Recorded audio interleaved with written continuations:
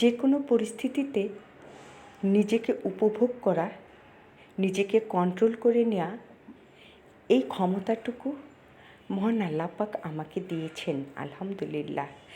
আসসালামু আলাইকুম। এই তো চলে আসলাম আপনাদের সাথে একটু গল্পগুজব করতে। নিশ্চয়ই ভালো লাগবে। আর যদি খুব খারাপ লাগে তাহলে ক্ষমা সুন্দর দৃষ্টিতে দেখবেন। ওই যে কেন বললাম, যে কোনো পরিস্থিতিতে আমি আমার নিজেকে সামলে নিতে পারি। সত্যিই কিন্তু তাই। আমার এই ছোট্ট জীবনে আমি অনেক কিছু দেখেছি আমি আমার নিজের জীবন নিয়ে, দেখেছি অন্যের জীবন নিয়ে। অনেক জায়গায় আমি ঘুরেছি, অনেক জায়গায় আমার থাকা হয়েছে, অনেক মানুষের সঙ্গে আমার পরিচিতি, অনেক ফ্যামিলির সঙ্গে আমার অনেক বেশি ওঠা বসা হয়েছে, যার জন্য আমি অনেক পরিবেশ দেখেছি, পরিস্থিতি দেখেছি, অনেক কিছু দেখে শিখেছি। নিজেকে সামলে নেওয়ার অভিজ্ঞতাটুকু অর্জন করেছি। সবই ছিল আল্লাহ পাকের অশেষ দয়া।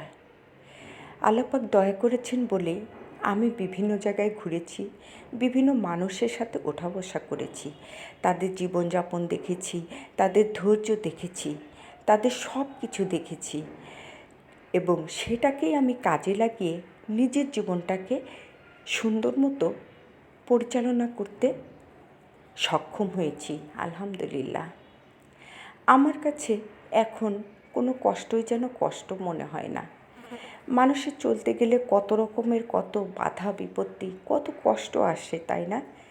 এটা আসবেই, যে কোনো মানুষের ক্ষেত্রেই কিন্তু আসেই, কিন্তু সেটাকে সুন্দর মতো হাসি মুখে কন্ট্রোল করা এটা সবাই পারে না। আমিও যে পারতাম তা কিন্তু নয়, কারণ আমিও একসময় ছোট ছিলাম, আমার বুদ্ধিটাও ছোট ছিল, আমার ধৈর্যও অনেক বেশি কম ছিল।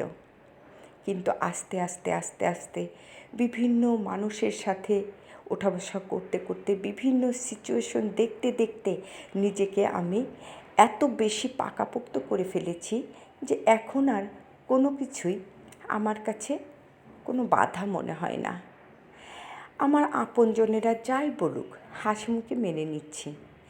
আমার আশেপাশের লোকজন, আমার সমাজের লোকজন যাই বলুক, হয়তো চিন্তা করি আমারই ভুল ছিল, সেজন্য হাসি মুখে মেনে নিই।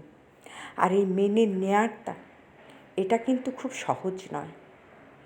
আমি আগে মেনে নিতে পারতাম না হয়তো, এটা বললেও ভুল হবে, কারণ আমি আগাগোড়াই একটু বেশি ধৈর্যশীলই ছিলাম।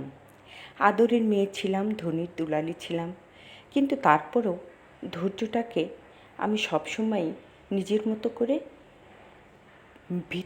আমার ভিতরে আমি লালন পালন করতাম। যা হোক, অনেক কথাই বললাম, অনেক কিছুই শেয়ার করলাম, হয়তো আপনাদের ভালো লেগেছে। কেন বলেছি, আমাদের সকলেরই আসলে ধৈর্যশীল হওয়া উচিত যে কোনো পরিস্থিতিতে।